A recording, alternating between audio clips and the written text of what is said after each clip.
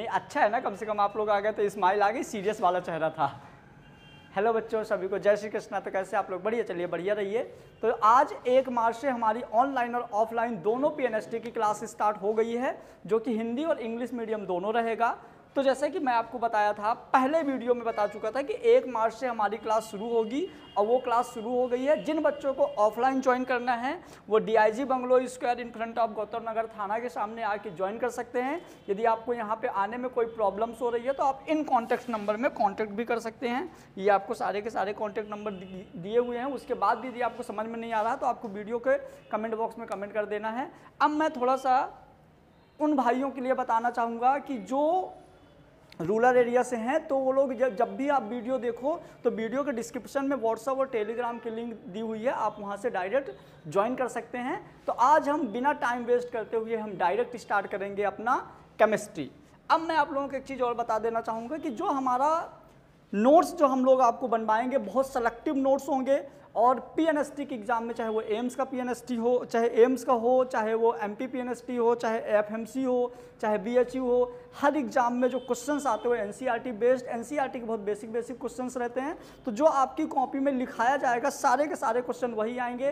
तो आपका selection confirm हो जाएगा यदि आप कॉपी में लिखी हुई सारी चीज़ जो हमारे वीडियोस में होगा, जो हम आपको नोट्स प्रोवाइड करवाएंगे, यदि आप इतना कर लोगे तो आपका सिलेक्शन का चांस काफ़ी अच्छा बन जाएगा। तो चलिए अपन स्टार्ट करते हैं डायरेक्ट केमिस्ट्री। बात करें केमिस्ट्री, तो केमिस्ट्री को हम हिंदी में बोलेंगे रसायन विज्ञान।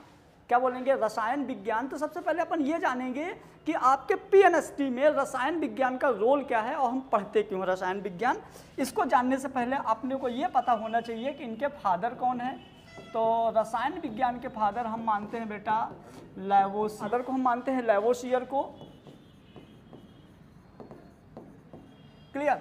उसके बाद अब देखो रसायन विज्ञान हम क्यों पढ़ते हैं, नर्सिंग एग्जाम में रसायन विज्ञान को क्यों पढ़ाया जाता है। तो ठीक है, तो हम नीट में रसायन विज्ञान क्यों पढ़ते हैं और नीट में रसायन विज्ञान का क्या रोल है। दोनों में डलेगा ना, हिंदी मीडियम नीट और वो, तो दोनों को फिर एडिट कर करके डाल दूंगा। हाँ,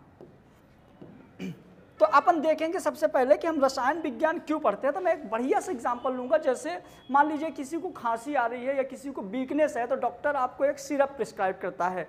क्लियर? तो फिर सिरप में आपको कितना अमाउंट सिरप लेना है, सिरप कड़वा है कि मीठा है, सिरप में कौन कौन से केमिकल्स मिले हुए हैं, फिर आप टैबलेट लेते हो तो टैबलेट का क्या कंपोजिशन है, टैबलेट में कौन कौन से रसायन कौन कौन से केमिकल मिक्स हैं।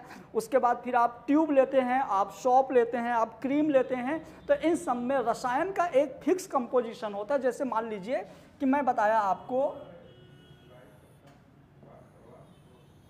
जैसे मान लीजिए कि ये कोई सा एक सिरप है बेटा, अपन बात कर रहे हैं कोई सा एक सिरप है। जैसे आप टोरेक्स ले सकते हैं, मान लीजिए कि ये एक सिरप है। अब सिरप में आपको क्या क्या पता करना है। तो सबसे पहले आपको ये पता करना है कि भैया सिरप में कितना है। सबसे पहले पता करना है कि इसका अमाउंट क्या है,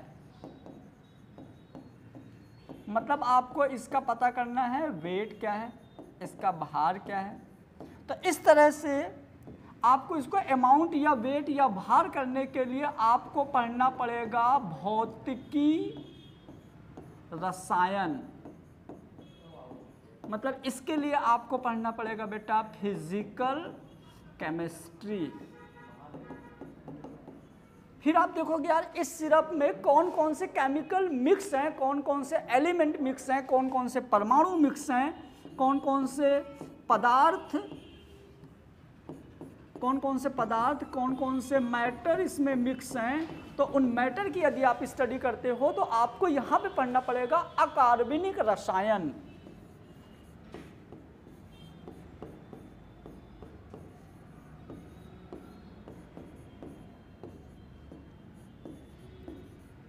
यानी कि इनऑर्गेनिक केमिस्ट्री। बट जैसे कुछ बहुत सारे सिरप्स होते हैं जो एनर्जी ओरिएंटेड होते हैं, बहुत सारे सिरप ऐसे होते हैं जिससे हमको ऊर्जा मिलती है। तो जिनके अंदर ऑर्गेनिक की रसायन होती हैं, जिनके अंदर ऑर्गेनिक का अभिक्रियाएं होती हैं, जिसके अंदर रिएक्शंस होती हैं, जिसके अंदर अभिक्रिया होती हैं, वो वाली रसायन की शाखा वहाँ पे हम पढ़ेंगे इनऑर्गेनिक या अकार्बनिक रसायन, कार्बनिक रसायन, मतलब यहाँ पे हम पढ़ेंगे ऑर्गेनिक केमिस्ट्री। क्लियर? तो इस हिसाब से यदि आपको कोई भी चीज़ पढ़ाना है तो मतलब सिर्फ एग्जांपल लिए हूँ, आप सॉप ले सकते हैं, टैबलेट ले सकते हैं। जैसे सबसे अच्छा एग्जांपल देखो, आप कोलगेट ले लो, तो अब कोलगेट में देखो कितना अमाउंट में उसमें नमक मिला हुआ है, कितने में आयोडीन मिला हुआ है, कितने में पेपरमिंट मिला हुआ है, कितना क्या क्या कंपोजिशंस होते हैं, वो सारे कंपोजिशन को अमाउंट के लिए आप पढ़ोगे कौन सा, फिजिकल केमिस्ट्री। फिर उसमें कौन कौन से एलिमेंट्स हैं, सोडियम है, कैल्शियम है, कौन से एलिमेंट्स हैं, उसके लिए आप पढ़ोगे अकार्बनिक रसायन। उसके बाद उसमें कैसे रिएक्शंस हुई हैं, रिएक्शंस के लिए आप पढ़ोगे ऑर्गेनिक केमिस्ट्री, ऑर्गेनिक रसायन। क्लियर? अब यहाँ पे एक चीज़ और जानेंगे, जैसे मान लीजिए कि पूरी जो बहुत बेसिक क्वेश्चंस आते हैं जो मैं बोलता जाऊँ आप उसको भी लिखते जाइएगा। तो फादर ऑफ केमिस्ट्री की बात करें, जिनने रसायन विज्ञान का आविष्कार किया था, वो है हमारे लेवोसियर। लेकिन कभी कभी एग्जाम में भी पूछ लिया जाता है कि यार भौतिक रसायन का किसने आविष्कार किया, अकार्बनिक रसायन का किसने आविष्कार किया और कार्बनिक रसायन का किसने आविष्कार किया। तो यदि हम बात करें भौतिक रसायन का आविष्कार किया था ओस्टवाल्ट ने, तो आप इसको भी लिख दीजिए, ओस्टवाल्ट ने भौतिक रसायन का आविष्कार किया था। उसके बाद अकार्बनिक रसायन का किसने आविष्कार किया, तो अकार्बनिक रसायन का आविष्कार किया था वार्नर ने। क्लियर? उसके बाद यदि हम बात करें कार्बनिक रसायन का किसने आविष्कार किया था, तो कार्बनिक रसायन का आविष्कार किया था किसने, कार्बनिक रसायन का डिस्कवर किया था होलर ने। क्लियर? तो इस तरह से जो इंग्लिश मीडियम वाले बच्चे हैं वो इंग्लिश में लिखते जाएंगे एसएमएस वाली लैंग्वेज में, और जो हिंदी मीडियम वाले बच्चे उनके लिए भी हिंदी में लिखते जाएंगे। क्लियर? तो ये हो गया अपना रसायन हम क्यों पढ़ते हैं इसका बेसिक सा डेफिनेशन। अब एक्चुअल में जो रसायन होती है, जो केमिस्ट्री होती है, उसको हम कैसे डिफाइन कैसे करेंगे, थोड़ा सा इसका डिफाइन जान लो। जैसे रसायन केमिस्ट्री को अपने को डिफाइन करना हो तो हम क्या बोलेंगे, पहले मैं हिंदी में बोल देता हूँ फिर इंग्लिश समझा दूंगा। पदार्थ के संघटन, रसायन गुणधर्मों व रूपांतरण एवं इनके परिवर्तन से जुड़ी ऊर्जा का भी अध्ययन किया जाता है।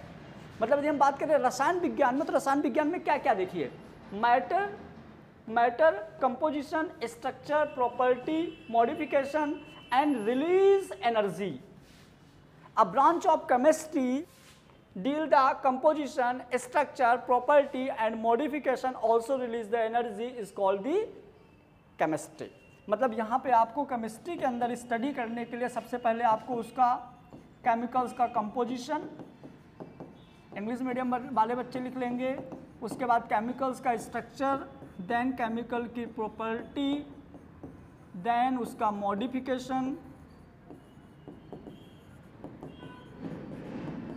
मॉडिफिकेशन के बाद उसमें से जो केमिकल्स के बाद हम कोई भी केमिकल्स यूज करेंगे तो मतलब फाइनली हमारा रिजल्टेंट एनर्जी होता है। तो यहाँ से रिलीज एनर्जी भी, रिलीज एनर्जी जो भी आपको डेफिनेशन, क्योंकि देखिए पीएनएसटी का एग्जाम जो है आपका ऑब्जेक्टिव क्वेश्चंस होते हैं, तो आपको अपने नोट्स भी वैसी बनानी है कि आपके मेनली ऑब्जेक्टिव क्वेश्चन सही होने चाहिए। तो ये हो गया हमारा क्या, रसायन। अब यहाँ पे हम और देखेंगे कि जब ये सारी की सारी चीज़ें हम स्टडी करेंगे तो हमारे कुछ बेसिक्स यूनिट्स होते हैं, बेसिक्स चीज़ें होती हैं। तो हम यहाँ पे बात करेंगे सबसे पहला टॉपिक, अब आपको ना पॉइंट वाइज टॉपिक को देते जाना है। तो ये हम बात करें पहला पॉइंट, तो पहला पॉइंट हम पढ़ेंगे आज मैटर, या इसी को हम हिंदी में बोलेंगे पदार्थ। यदि हम मैटर की बात करें कि मैटर क्या है, व्हाट इज मैटर, तो मैटर मतलब होता है जो कोई भी स्पेस कवर करता है, कोई ना कोई यदि जगह वो कवर करता है तो हम उसको क्या बोलते हैं, मैटर। जो मैं बोलता जाऊंगा आप उनको लिखते जाना है। अब मैटर को तो आपका आ जाएगा बेटा सॉलिड मतलब ठोस, फिर आ जाएगा आपका लिक्विड द्रव, फिर आ जाएगा गैस जिसको हम गैस ही बोलेंगे। क्लियर? ये तीन चीज़ें होती हैं। कुछ सॉलिड वाला पार्ट होता है, जैसे आप आयरन, लोहा, वुड, लकड़ी, इस तरह की चीज़ें आप ले सकते हो, तो सॉलिड वाला पार्ट हो गया। फिर आपके लिक्विड वाले पार्ट में आपका मिल्क हो सकता है, ब्लड हो सकता है, वाटर हो सकता है। तो इस तरह की चीज़ें यहाँ पे आपका लोहा जो है सॉलिड वाले पार्ट में आएगा। बाकी आपको तो बहुत सारे एग्जांपल पता है सॉलिड में, जितनी भी चीज़ें आप देख रहे हो तो ये सारी की सारी सॉलिड चीज़ें हैं। उसके बाद हम बात करें लिक्विड, तो लिक्विड में आपका आ जाएगा पानी, वाटर। उसके बाद गैस की बात करें तो गैस में भी बहुत सारी गैसें आपको पता है, ऑक्सीजन, नाइट्रोजन, CO2, इस तरह के सारे क्या हो जाते हैं, गैस। तो अब सबसे मेन चीज़ें हैं कि जो ये 3 कैटेगरी में हमने डिवाइड कर दिया आपके किसको, पदार्थ को, ठोस में, द्रव में, गैस में, सॉलिड, लिक्विड, गैस। तो इसको हम क्लासिफाइड करते हैं घनत्व से। बहुत इंपॉर्टेंट है, ठोस, द्रव और गैस को हम क्लासिफाइड करेंगे घनत्व से। तो डेंसिटी क्या होती है, घनत्व को हम बोलेंगे डेंसिटी। डेंसिटी बोलेंगे तो मैं इसके एक डायग्राम से समझेंगे इसको।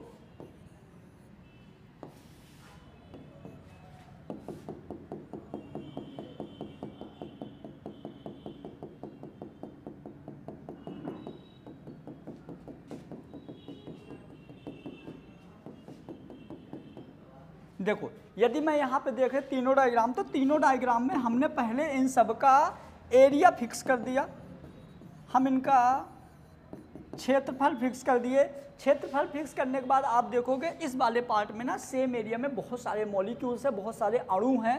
इसमें कम मॉलिक्यूल्स और कम अणु हैं, इसमें और भी कम मॉलिक्यूल्स और भी कम अणु हैं। क्लियर? तो इसके अकॉर्डिंग जहाँ पे पर्टिकुलर एरिया में ज़्यादा अणु है, ज़्यादा मॉलिक्यूल्स हैं, तो हम उसको बोलेंगे ज़्यादा घनत्व है, ज़्यादा ठोस है, ज़्यादा हार्ड है। इसके बाद ये कम, तो ज़्यादा, उससे कम और उससे कम। तो इस हिसाब से हम मतलब पदार्थ को क्लासिफाइड करेंगे। जैसे मैं एग्जांपल देता हूँ, कॉइन या सिक्के या पत्थर या ईंट, इनके पार्टिकल्स ज़्यादा पास होते हैं, जिस वजह से ये ठोस होते हैं। जो ठोस होता है उसका घनत्व या उसकी डेंसिटी ज़्यादा होता है, जो सॉलिड होता है उसकी डेंसिटी ज़्यादा होती है। फिर उससे थोड़ा दूर पार्टिकल्स होते हैं जिसमें गैस होता है, फिर उससे और ज़्यादा जो थोड़ा दूर पार्टिकल्स होते हैं वो लिक्विड होता है, फिर और ज़्यादा दूर पार्टिकल्स होते हैं वो गैस होता है। क्लियर? अब इसी के अकॉर्डिंग मैं आपसे एक क्वेश्चन पूछूंगा और इस क्वेश्चन का जवाब आपको कमेंट बॉक्स में बताना है। तो मान लीजिए, अब देखिए मैंने आपको 1 किलो लोहा दिया हूँ और 1 किलो कॉटन दिया हूँ, कपास दिया हूँ। आपको कमेंट बॉक्स में बताना है कि दोनों में से कौन सा ज़्यादा भारी है। क्या बताना है? 1 किलो लोहा और 1 किलो कॉटन में कौन ज़्यादा भारी है, आपको कमेंट बॉक्स में कमेंट करके बताने हैं। क्लियर बेटा? अब चलो देखो, मैंने क्या बोला कि यहाँ पे मतलब डेंसिटी यानी घनत्व के लिए यहाँ पे मॉलिक्यूल्स ज़्यादा हैं, यहाँ उससे कम है, यहाँ और कम है। क्लियर? तो यहाँ पे अब मॉलिक्यूल्स के अकॉर्डिंग अब आपको ना इसको और अच्छे से क्लासिफाइड करेंगे। तो हम सबसे पहले पहुँचेंगे मॉलिक्यूल्स क्या होता है। तो एक्चुअल में बेसिक चीज़ें आज हम पढ़ रहे हैं जो कि आपके लिए बहुत ज़रूरी होता है। जैसे यदि हम बात करें पूरी यूनिवर्सिटी, जैसे यदि हम बात करें पूरे यूनिवर्स में सबसे छोटा पार्टिकल जो होता है वो एटम को माना जाता है। बट ऐसा भी मतलब बहुत सारे एटम से भी छोटे पार्टिकल्स होते हैं, जैसे इलेक्ट्रॉन, प्रोटॉन, न्यूट्रॉन एटम से भी छोटे होते हैं। उसके बाद इनसे भी छोटे होते हैं जिनको हम नॉन फंडामेंटल पार्टिकल्स बोलते हैं, न्यूट्रिनो, एंटी न्यूट्रिनो। तो अभी वहाँ तक जाने की जरूरत नहीं है, अभी हम एटम तक सीमित रहेंगे।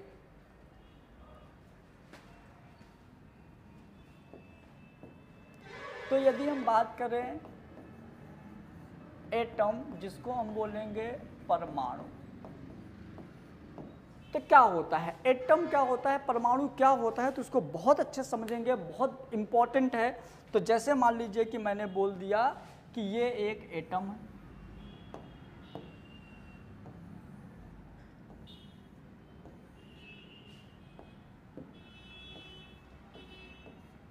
एटम का जो सेंटर वाला पार्ट होता है, सेंटर वाले पार्ट में होता है बेटा प्रोटॉन,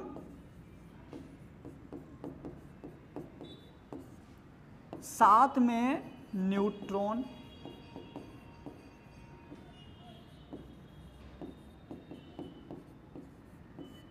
सेंटर वाले पार्ट में क्या होता है, प्रोटॉन और न्यूट्रॉन। क्लियर? यहाँ पे आपके प्रोटॉन्स और न्यूट्रॉन मिल जाएंगे। उसके बाद ये इसका सेल है, n1 = 1, n = 2, n = 3, n = 4। ये इनके शेल हैं, जिसके शेल में रहता है क्या, इलेक्ट्रॉन। इनके शेल में क्या रहेगा बेटा, इलेक्ट्रॉन। दो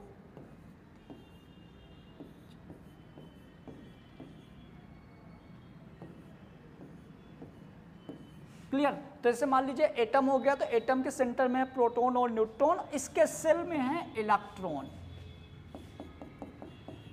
इसके सेल में है इलेक्ट्रॉन।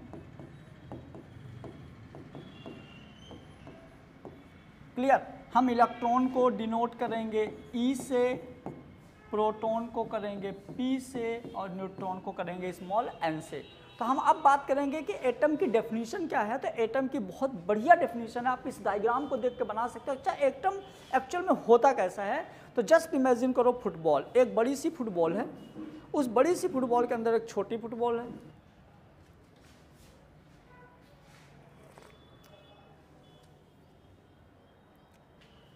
तो एटम के लिए आप इमेजिन करो यार फुटबॉल, जैसे मान लीजिए एक बड़ी सी फुटबॉल है, उस बड़ी सी फुटबॉल के अंदर छोटी फुटबॉल है, बट बड़ी वाली फुटबॉल का जो कवर है छोटे वाले फुटबॉल से ऐसे जुड़ा हुआ नहीं है, गैप है। मतलब ये एक बड़ी वाली फुटबॉल है, इसके नीचे एक छोटी वाली है, लेकिन इन दोनों के बीच में गैप है, आपस में जुड़ा हुआ नहीं है। मतलब फुटबॉल के अंदर छोटी बॉल, उसके अंदर और छोटी बॉल, उसके अंदर और छोटी बॉल, इस तरह से अलग अलग कवर्ड होती, बट दोनों एक दूसरे से जुड़े हुए नहीं होते। तो इस तरह का कुछ एज्यूम होता है फुटबॉल। जैसे यदि मैंने बोला आपको ना कैसे पढ़ना है, जैसे मैंने बोला गुलाब जामुन, तो आपके दिमाग में इमेज आया ना कि कुछ गोल गोल काला काला मीठा सा ऐसे गुलाब जामुन, ऐसे आपको ना एटम, जैसे मैंने नाम लिया ना, तो आपको फील आना चाहिए क्या है एटम। तो एटम एक स्फेरिकल स्ट्रक्चर्स होता है, जिसके अंदर बहुत सारे लेयर्स होते हैं, और उन लेयर्स में होता है इलेक्ट्रॉन, और उसके अंदर होता है प्रोटॉन और न्यूट्रॉन। ये आपको याद रखना है, और यहीं से हम डेफिनेशन सीखेंगे। तो एटम की डेफिनेशन हम क्या सीखेंगे, तो हम एटम का डेफिनेशन बोलेंगे बेटा इलेक्ट्रॉन, प्रोटॉन और न्यूट्रॉन। आप डेफिनेशन लिख लीजिए कि इलेक्ट्रॉन, प्रोटॉन और न्यूट्रॉन का जो समूह होता है वो मिलके बनाता है atom. A group of fine particle like that electron, proton and neutron is called atom.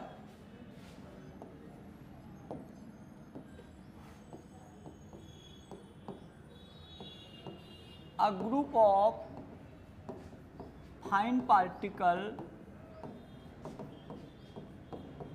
like that electron, proton and neutron is called atom. जो इलेक्ट्रॉन, प्रोटॉन और न्यूट्रॉन का जो ग्रुप होता है वो होता है क्या, एटम। मतलब कि इलेक्ट्रॉन, प्रोटॉन और न्यूट्रॉन का जो समूह होता है उसको हम क्या बोलते हैं, एटम। तो ये हो गया एटम। एटम का एग्जाम्पल मतलब सिंगल होना चाहिए। जैसे मैंने बोला हाइड्रोजन, मैं एग्जाम्पल ले लिया, मैंने बोला हाइड्रोजन तो H, मैंने बोला मैग्नीशियम तो Mg, मैंने बोला नाइट्रोजन तो N। ये जो सिंगल फॉर्म में रहते हैं वो होते हैं एटम। अब एटम के अंदर तीन चीज़ें होती हैं, इलेक्ट्रॉन, प्रोटॉन और न्यूट्रॉन। तो हम अभी इलेक्ट्रॉन, प्रोटॉन और न्यूट्रॉन को समझेंगे। पहले हम एटम के बाद, परमाणु के बाद हम समझते हैं अणु। हम समझेंगे बेटा अणु या मॉलिक्यूल। एटम के बाद हम क्या समझेंगे, मॉलिक्यूल। तो मॉलिक्यूल क्या होता है, जैसे मान लीजिए अपन ने क्या किया कि अणु मतलब एटम प्लस एटम, दोनों को जब हमने आपस में मिला देते हैं तो हमको क्या बन जाता है, एक नया सा स्ट्रक्चर मिलता है जिसको हम बोलते हैं मॉलिक्यूल। क्या बोलते हैं उसको, मॉलिक्यूल। जैसे मान लो कि आपने नाइट्रोजन एटम को नाइट्रोजन एटम के साथ मिला दिया या बॉन्ड बना दिया तो बन जाएगा N2। तो this is atom and molecule. Clear.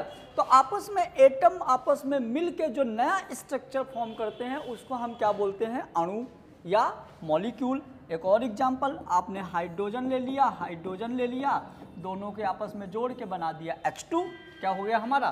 तो हाइड्रोजन और हाइड्रोजन होता है एटम, और ये हमारा H2 होता है क्या, मॉलिक्यूल। अभी एटम और मॉलिक्यूल हम सबको याद करेंगे, अपने को याद होना चाहिए सारे के सारे।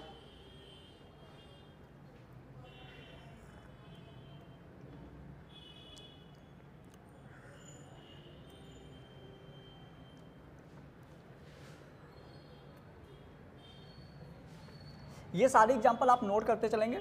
उसके बाद और यदि हम बात करते हैं तो प्लस एटम मतलब अ group of atom is called molecule. इसकी डेफिनेशन क्या हो जाएगी? इसकी डेफिनेशन हो जाएगी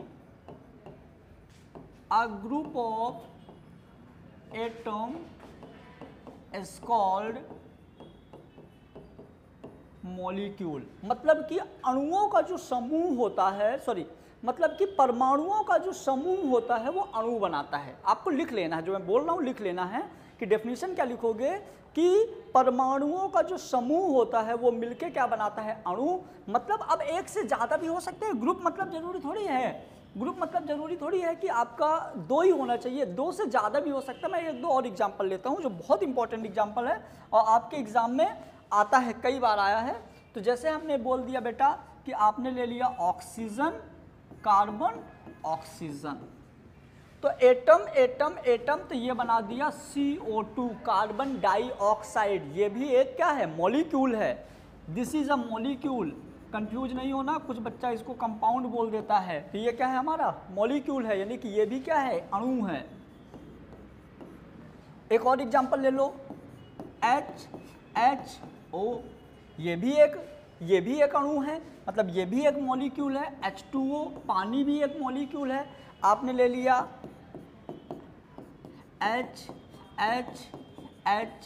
NH3, ये भी एक अणु है, ये भी एक मॉलिक्यूल है। तो हम एक से ज़्यादा एटम भी ले लेंगे तो जो बनाएगा वो भी क्या है? वो भी एक मॉलिक्यूल है। बहुत इंपॉर्टेंट है ये चीज़, क्लियर? तो ये भी हमारा हो गया। देखिए कार्बन ऑक्सीजन, कार्बन ऑक्सीजन मिलके हमारा, एक्चुअल में ऑक्सीजन हमारा कुछ ऐसा होता है, एंशिएंट ऑक्सीजन, जिसको हम नवजात ऑक्सीजन बोलते हैं। तो इस तरह से हम इसको रिप्रेजेंट करते हैं। अभी हम आपको सिर्फ एटम और मॉलिक्यूल में डिफरेंस बता रहे हैं। तो जो एटम्स होता है, जो मतलब मॉलिक्यूल्स होता है, मिलके क्या बनाता है? अणु बनाता है, यानी कि मॉलिक्यूल्स बनाएगा, क्लियर? तो ये हो गया हमारा क्या? मॉलिक्यूल्स। अब क्या होता है? मॉलिक्यूल के बाद हम पढ़ेंगे यौगिक, कंपाउंड।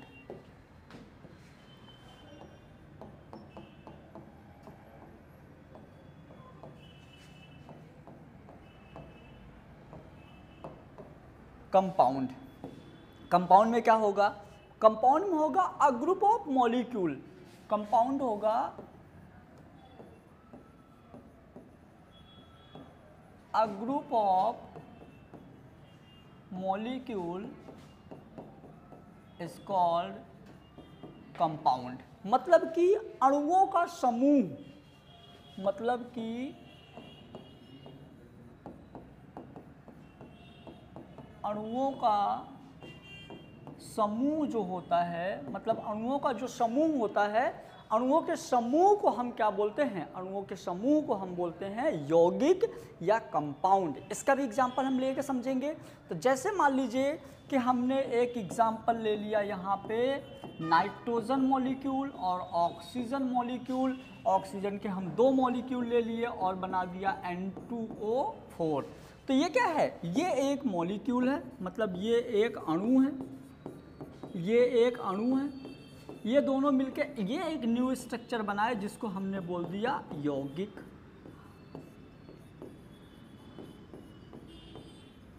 जो हिंदी मीडियम के बच्चे हैं बेसिक इंग्लिश टर्म वो भी सीखते रहेंगे। इंग्लिश मीडियम वाले बच्चों को तो हम कंटिन्यू बोल ही रहे हैं। यदि इंग्लिश मीडियम वाले बच्चों को भी प्रॉब्लम यदि आ रही है हिंदी में तो आप लोग कमेंट बॉक्स में कमेंट करके बताइए। प्योर इंग्लिश वाले भी लेक्चर बने हुए हैं, आप वहाँ से भी कर सकते हो। क्लियर बेटा? तो ये हो गया, देखो हमारी बेसिक चीज़ें हो गई क्या? एटम हो गया, मॉलिक्यूल हो गया, कंपाउंड हो गया, परमाणु हो गया, अणु हो गया और यौगिक हो गया, पदार्थ हो गया। फिर केमिस्ट्री हम क्यों पढ़ते हैं ये भी हो गया। इनको सब आप सिस्टमेटिक तरीके से नोट करते जाओगे। आपके दिमाग में जो भी डाउट्स और आएंगे आप कमेंट बॉक्स में कमेंट करोगे, हम तुरंत आपके डाउट्स के शॉर्ट वीडियो बना के आपको सेंड करते जाएंगे। बिल्कुल प्रॉब्लम नहीं आएगी, फ्री ऑफ कॉस्ट आप पढ़ते जाइए। अपने फ्रेंड्स जो भी आपके पहचान वाले, आप सबको चैनल को की लिंक भेजो और सबको बोलो कि फ्री ऑफ कॉस्ट में आप नर्सिंग की तैयारी कर सकते हैं। अभी बचे हुए 2 से 3 महीने में आपका पूरा सिलेबस एकदम बहुत अच्छे तरीके से कंप्लीट कर दिया जाएगा। और एक चीज़, नर्सिंग एग्ज़ाम में आपका पूरा चैप्टर्स नहीं आते, उन चैप्टर्स के कुछ टॉपिक्स आते हैं। तो पूरा पढ़ाया तो पूरा चैप्टर जाएगा, लेकिन उन जो टॉपिक्स जो एग्ज़ाम में आते हैं उनमें ज़्यादा फोकस किया जाएगा। तो आप उस हिसाब से प्रिपरेशन करिए।